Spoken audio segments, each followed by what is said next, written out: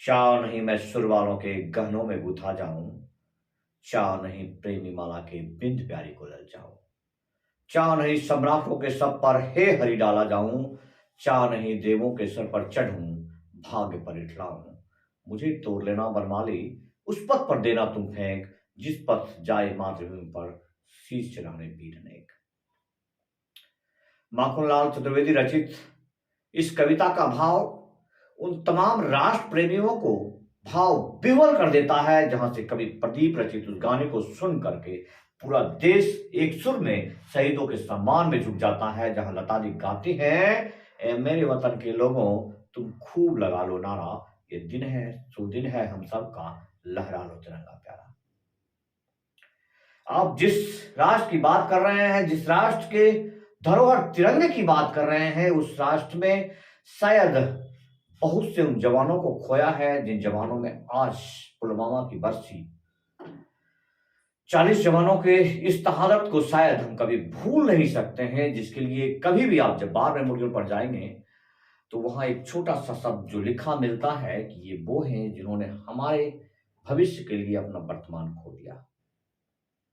आज जिस राज के साथ इस लोकतंत्र के सिंहासन पर हम मचलते हैं, जहां व्यक्ति की आजादी की बात करते हैं, जहां पर हम तमाम उन शहादत दिवस को हर्षोल्लास के रूप में मनाते हैं, त्योहार के रूप में मनाते हैं, लेकिन शायद आप उनके पीछे छुपे उन वेदनाओं पर कभी बात नहीं करना चाहते। मैं भी नहीं करूंगा, बिल्कुल नहीं करूंगा। लेकिन ऐसे ऐसे दिवस पर उन सैन्य समाज के उन लोगों को शायद आपको स्मरण तो जरूर करना चाहिए, जिन लोगों के बारे में आप ये कह सकते हैं कि जिनका योगदान रहा हो और वो खामोश हो जाते हैं, तो इसमें जरूर कहीं ना कहीं आप लोगों के प्रति भावनात्मक लगाव नहीं रहता है। शायद मेरा भी ये पहला ही पोस्ट है न्यूज सदन तक के पेज पर।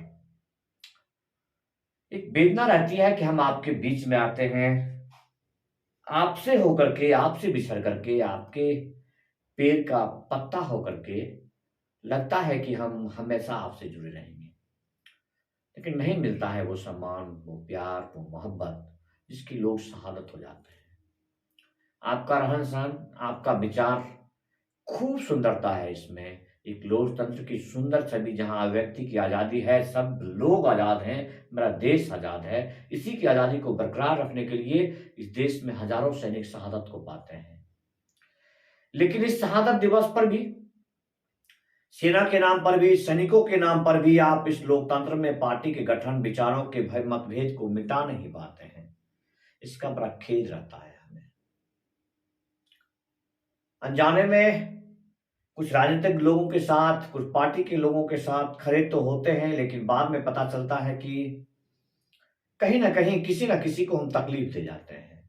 शायद वो लोग कभी समझ नहीं पाएंगे उन सेना से जुड़े हुए उन तमाम लोगों के बारे में, जो कि जब सैन्य जीवन में होते हैं तो क्या क्या उधेड़ बुन भरी जिंदगी लेकर के गुजरते हैं। 17 साल से लेकर 34 साल के नौकरी में, या कहीं 15 साल ही समझ लीजिए कि अप्रॉक्स एक मानक नौकरी 15 साल, जहां से प्रीमेच्योर ही सही सैनिकों को एक आजादी रहती है कि वो अपने घर वापसी कर सके। मैं घर वापसी की बात कर रहा हूं। इसी गांव से, इसी शहर से जो लोग उस सरहद पर जाते हैं, एक उधेड़ बुन आता है बचपना से जवानी में, फिर जवानी से पौरावस्था में प्रवेश करते करते जो वास्तविकता है, जो जीवन का उल्लास लेने का पल है, वो सब के सब छूटता है वहां पर। और उन छूटे हुए पलों के बाद जब आपके बीच में आते हैं, तो कोई इधर खींचता है, कोई उधर खींचता है, कोई उन विचारधाराओं में लेकर जाना चाहता है, कोई उन विचारधाराओं में लेकर जाना चाहता है, कोई धर्म के लिए लड़ाना चाहता है, कोई जाति के लिए लड़ाना चाहता है, कोई पार्टी के लिए लड़ाना चाहता है। जब हम निष्पक्षता से जब सबको तार देते हैं, सबको छोड़ देते हैं, लेकिन फिर भी उन चीजों को शायद आप कभी समझ नहीं पाते हैं। शायद आप मुझे कभी समझ ही नहीं सकते हैं, आप हमें कभी समझ नहीं सकते हैं। इस राष्ट्र के नाम दीवानगी से, पागलपन होते की वजह से शहादत देने वाले उन तमाम लोगों को आप कभी समझ नहीं सकते हैं। बस हमेशा निवेदन रहेगा कि कम से कम आप लोग श्रद्धांजलि जरूर अर्पित कर दिया करें। एक फूल, एक दीप, जो भी हो, जैसा भी हो। वो उन लोगों के लिए बनता है जिन्होंने हमारे भविष्य के लिए अपना वर्तमान खोया है। जय हिंद, वंदे मातरम।